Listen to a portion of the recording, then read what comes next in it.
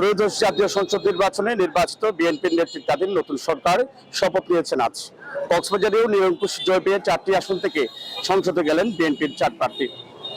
নতুন এই সরকারের কাছে কক্সবাজারের মানুষের কি প্রত্যাশা, কেমন বাংলাদেশ চান সমুদ্র নগরীর এই জনপদের সাধারণ মানুষ, তা আজকে আমরা জানাবো।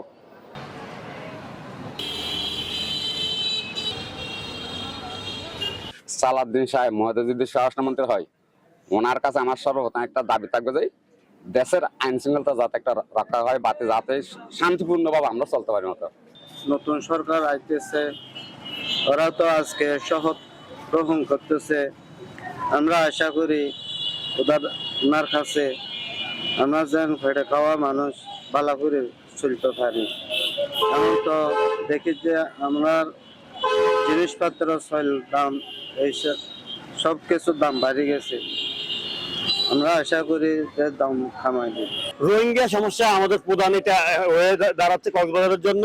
এটা এমন একটা ভাইরাস, এটাকে যে কোনো মূল্যে কি করতে হবে, একদম নির্মূল করতে হবে। আমাদের এই রোহিঙ্গারা এসে আমাদের খাবারের ভিতরে ভাগ বসাচ্ছে, আমার দেশের ভিতরে, আমাদের কক্সবাজারের ভিতরে বিভিন্ন মাদক ছড়িয়ে দিচ্ছে।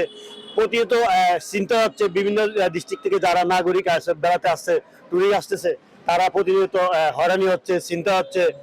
এগুলো নিরস করতে হবে। আন্তর্জাতিক বিমানবন্দর এখন আমাদের কাজ পড়েই আছে, এটা উদ্বোধন হচ্ছে না। এইটা যদি আন্তর্জাতিক বিমানবন্দর হয়, বহির্বিশ্বের মানুষ আসলে আমাদের অর্থনৈতিক সচল হবে। আমাদের পর্যটক বিভিন্ন দিয়া থেকে, বাইরের কান্ট্রি থেকে আমাদের পর্যটনমুখী হলে আমাদের দেশের অর্থনৈতিক এইটা সচল হবে। আমরা চাই যেন বাংলাদেশে কোনো দুর্নীতি না থাকে, যেন অসহায় মানুষের হক মাটি গড়ি না খায়। আমাদের মতন গরিবেরা বড় লোকের কাছে যাইয়া কর্ম করি চান্দা বেলা হলে এরকম নেতা আছে, আমাদেরকে দিন মজুরের টাকাও দেয় না।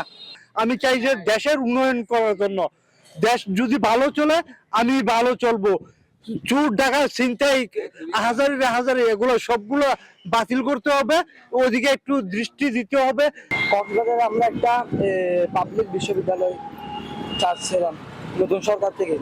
যদি আমাদের এই কক্সবাজারের জেলায় অনেক পর্যটন আছে, বিদেশ থেকে অনেক দূর থেকে, মানে চট্টগ্রাম, ঢাকা অনেক দূর থেকে আসে। এখানে পর্যটনে চিন্তাকারী অনেক কিছু হয়, গাড়ি সমস্যা, যাতায়াত সমস্যা। আমরা এগুলো সমস্যা সমাধান করতে চাই। কক্সবাজারের তরুণ ভোটাররা চান সন্ত্রাস দুর্নীতিমুক্ত একটি বাংলাদেশ।